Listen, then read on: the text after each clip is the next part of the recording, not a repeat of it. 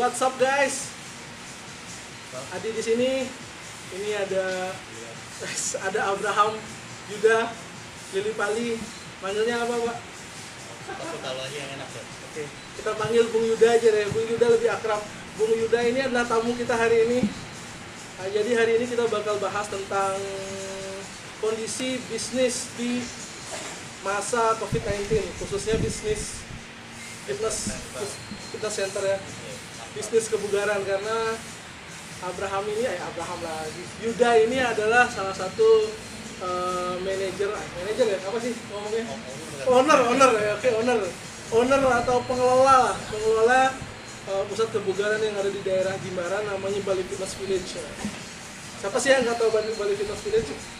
Siapa yang nggak tahu? Semua orang tahu Bali Fitness Village. Ya, follow kalau nggak tahu follow Bali Fitness Village, follow Fitness Embassy Bali, follow juga ya.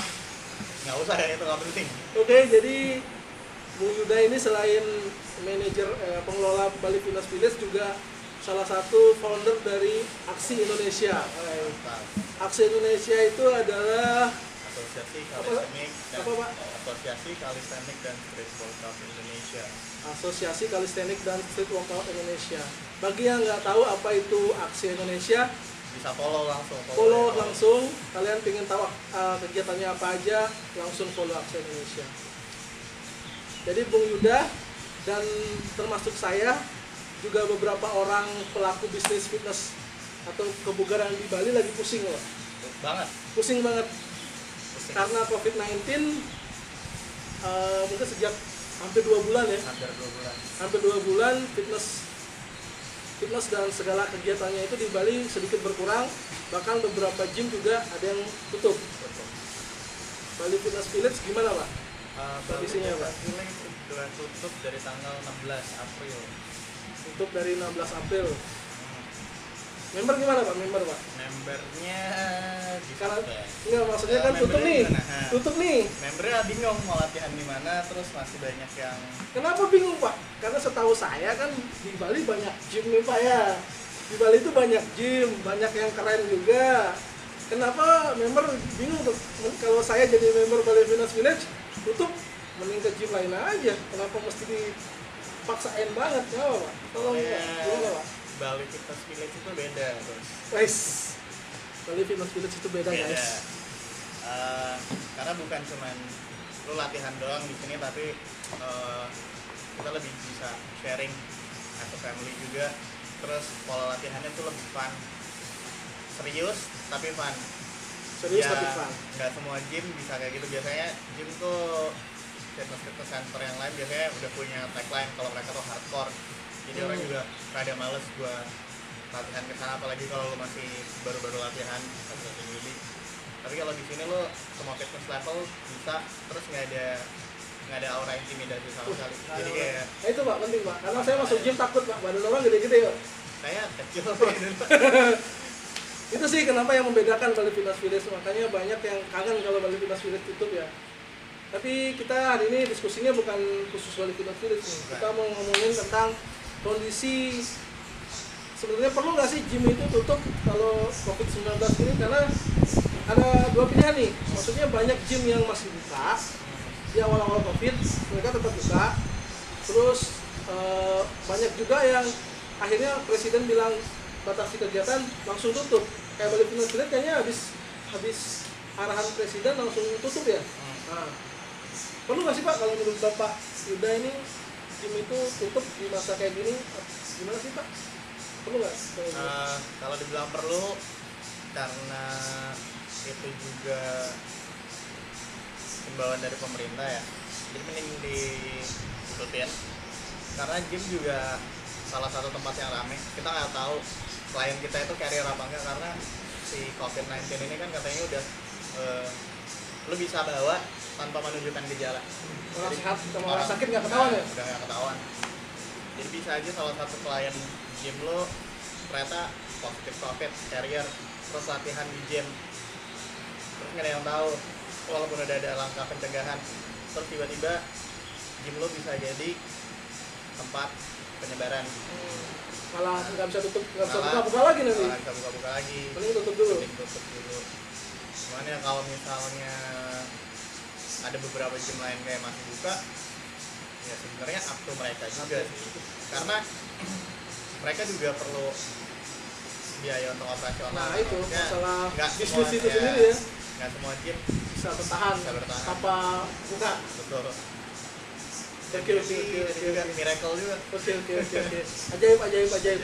Ajaib sih. Pusing. Semua orang yang bergelut di bidang fitness sih belakangan ini pusing.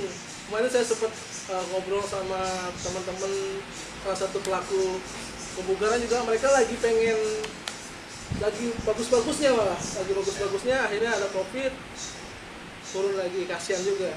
Nah terus topik ngobrolin selanjutnya, kira-kira nih gym ini bakal, atau misalnya kalau Bali Fitness kan tutup nih, beberapa gym juga saya dengar udah ada yang buka nih bulan ini. Kira-kira boleh kasih tahu bocoran nggak sih, kapan kira-kira ada nggak sih kira-kira prediksi Bali Fitness bakal buka atau menerima member datang latihan lagi? Kita bisa prediksi nggak sih atau perkiraan lah? Mungkin kalau gue pribadi pertengahan bulan atau akhir bulan ini mungkin udah bisa open. Kalau nggak ada sesuatu yang Kalau misalnya trennya udah turun, terus tren udah turun, terus memang penyebarannya juga udah nggak terlalu banyak, bisa jadi pertimbangan. Dengan catatan masih tetap ada physical distancing, kita masih ngelakuin apa yang namanya prosedur ya, prosedur. Karena kemarin kita kebetulan saya sama Yuda kemarin ikut apa sih FPFF Fitfest dari APKI.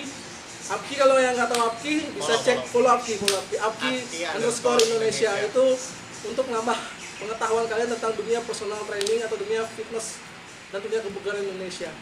Mantap, follow ya APKI Indonesia. Jadi kemarin dibilang bahwa nggak, setelah COVID ini nggak bakal suasana itu kembali normal lagi gitu.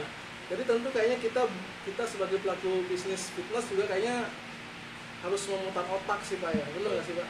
Apa sih Pak kalau rencana Bali Fitness Village selama setelah misalnya COVID udah kelar nih, kita buka lagi nih, apa sih yang bakal beda gitu, atau yang bakal terbaru gitu dari Bali Fitness Village sehingga mengembalikan lagi suasana yang hilang setelah COVID gitu.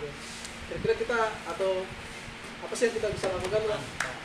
Kira-kira gue sih masih belum terlalu mikir soal itu ya. Cuman gak apa-apa. Karena semua orang juga nggak bisa mikir. Cuman mungkin salah satu yang ditinggal itu pasti servis.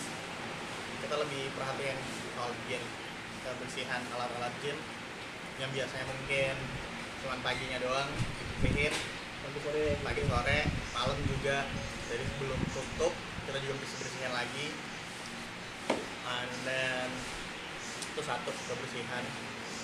Kedua, orang pasti lebih takut, mungkin rasa percaya untuk pergi keluar akan berkurang. Beda. Jadi kita coba bikin suasananya tuh lebih fun, biar mereka juga ngerasa safe kalau latihan di BFP. Yang ketiga apaan nih, gue ngomong aja tiga. Gak apa-apa Pak, ngomong aja. Ini kan untuk orang-orang yang belum tahu gimana sih kondisi, karena orang mikir bahwa yang kena dampak itu hanya pekerja kantoran. Yang kena dampak itu pedagang kaki lima. Enggak juga, semuanya. Jadi kalau kalian berpikir bahwa COVID-19 itu yang kena dampak hanya orang yang kerja di kantoran, hanya orang yang nggak bisa jualan, enggak juga Pak. Orang yang nggak bisa olahraga juga kena dampak Pak, kayak kita. Banyak, semua orang kena. Jadi lebih baik kalian mulai memperhatikan bahwa COVID itu tidak sesederhana yang kalian pikirkan gitu. Parah Pusing. Jadi tadi dari kita ngobrol sama Yuda, kita dapat info bahwa kemungkinan nih kalau nggak ada masalah Bali Fitness Village paling lambat Juni kita buka mungkin ya Pak ya. Karena beberapa gym di Bali juga udah ada yang buka dari hari ini. Mulai bulan ini ya, Mei. Tapi kita kembali lagi sih ke masing-masing gym ya. Kalau menurut saya pribadi, mau ada yang tetap buka, mau ada yang tutup, itu nggak bisa disalahkan. Kita nggak mencari benar atau salah tentang gym buka atau tutup, tapi itu kembali lagi emang ada faktor-faktornya. Karena gym juga bisnis yang terkena dampak mungkin salah satu yang besar. Apalagi di Bali.